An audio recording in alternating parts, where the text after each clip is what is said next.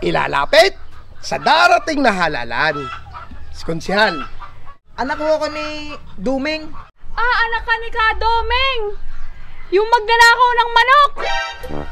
Itay! Anton! Magandang araw. Ay, magandang araw. Ako'y tumuloy na at ang yun namang gate ay bukas. Oo. Ngayon, ako'y nagparna gawa ng, ako'y may pakikilala kay Aneng. Sino daw yung mga yan? Alay, mga kandidato rin konsehal. Aking mga kapartido, are.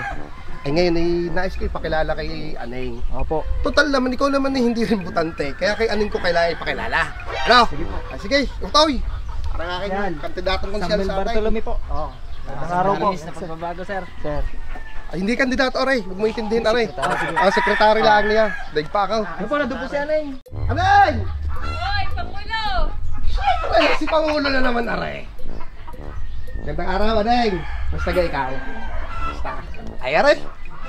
May mga kasama ako ngayon. Sino ba? Pangulo? Aray, aking pakikilala sa iyo. Ilalapit sa darating na halalan. Si Konsehal.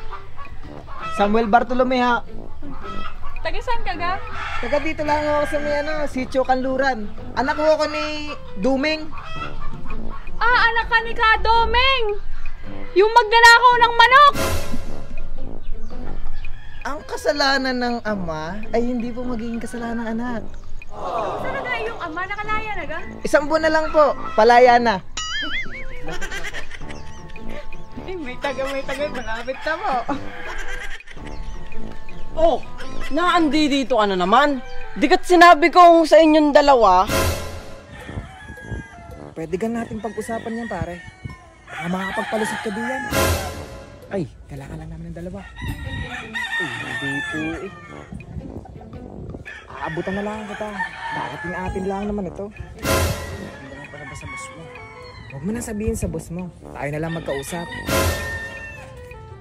Ay, hindi pwede po. Kailangan lang namin ng mga dalawa lang. Bibigyan ka ng 3,000 sa dalawang manok. Atin lang, tayo lang dalawa magkausap. Hindi po.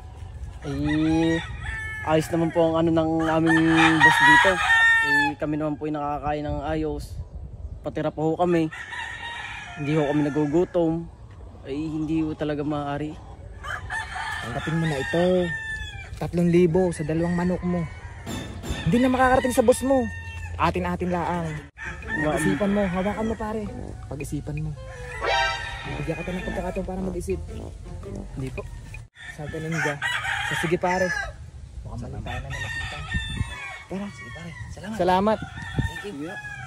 Oh, kung ano man ang ating hindi napagkahindian noon, ay kalimutan na natin yon. Nandito kami para sa ikabubuti ng barangay. Para sa malinis na pagbabago. Uno, parang makatanga yung ilong. Aneng! Aray, ini-endorse ko sa inyo, konsehal. Ha? Aray, kailangan ko sa aking barangay. At aray, kung magwawalang hiya, ay ako mananagot din eh.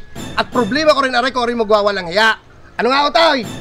Pag ako ang nanalo, tigil na lahat ng nakawan ng manok dito sa ating barangay. Kita mo naman, Aneng. Tibay! Paano kung ang tatay mo ang nagdako ng manok? Oo nga. Ako na din mismo ang magpapakulong. Eh, palusutan? Gagawin kong 6,000. Dagdagan ko na yung 1,000. Dadagdagan ko na yung 5,000 niya ng 1,000. Ay sir, kung gayan lang naman, eh kayo ho'y umalis na. At ako'y marami pa hong gagawing trabaho. Ay, negative tayo din eh. Tara na. Tara na.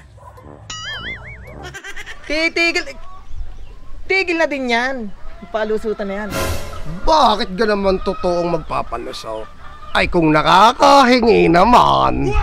Parang maglilingkod nga, Ari Oo nga naman. Yan naman no'y 7, ang konsehal. Ako ho'y inyo nang iuna. At pinapangako ko sa inyo, ako'y maglilingkod ng ayos. Ayun ang sinasabi ko. Kita mo naman, quality. Diga? Ay siya, konsehal! Makakaasa ka sa akin ng 1 boto. Ay, ako? Konsehal! Makakaasa ka sa akin ng 1 boto dahil ang iyong advokasya ay makakatulong sa aming manukan upang maiwasan na ang ating nakawan. Ay, ako?